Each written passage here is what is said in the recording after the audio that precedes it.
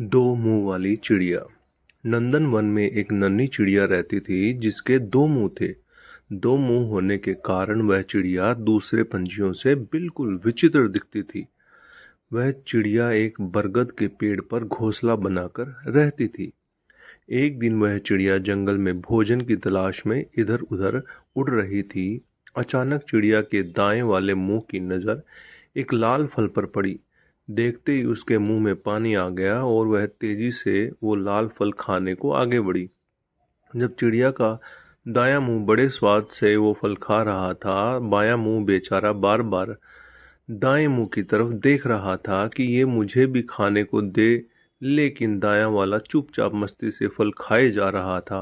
अब दाएं मुंह ने दाएं वाले से प्रार्थना की कि थोड़ा सा फल खाने को मुझे भी दे दो।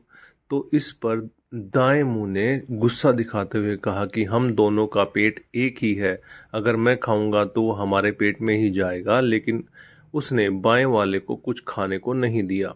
अगले दिन चिड़िया फिर से जंगल में खाने की तलाश में उड़ रही थी। तभी बाएं मुंह की नज़र एक अद्भुत फल पर पड़ी जो बहुत चमकीला था। वह तेजी से उस फल की तरफ लपका। अब जैसे ही वो फल खाने को हुआ, तुरंत पास बैठे एक कौवे ने चेतावनी दी कि इस फल को मत खाओ, ये बहुत जहरीला है। ये सुन दाएं मुंह भी चौंका और बाएं से प्रार्थना की कि इस फल को मत खाओ, ये हमारे लिए बहुत खतरनाक साबित होगा। लेकिन बाएं मुंह को तो दाएं से बदला लेना था। उसने एक ना सुनी और चुपचाप वह फल खाने लगा। कुछ ही देर में चिड़िया का शरीर मृत होकर जमीन पर गिर पड़ा। दोस्तों, कहानी सुनने में तो आनंद आया होगा, लेकिन जब मैं आपको इसकी शिक्षा बताऊंगा तो आपकी आंखें फटी रह जाएंगी। आजकल के माहौल में देखा जाता है कि एक ही परिवार के लोग एक दूसरे से ईर्ष्या करते हैं, एक दूसरे से दुश्मनी रखते हैं।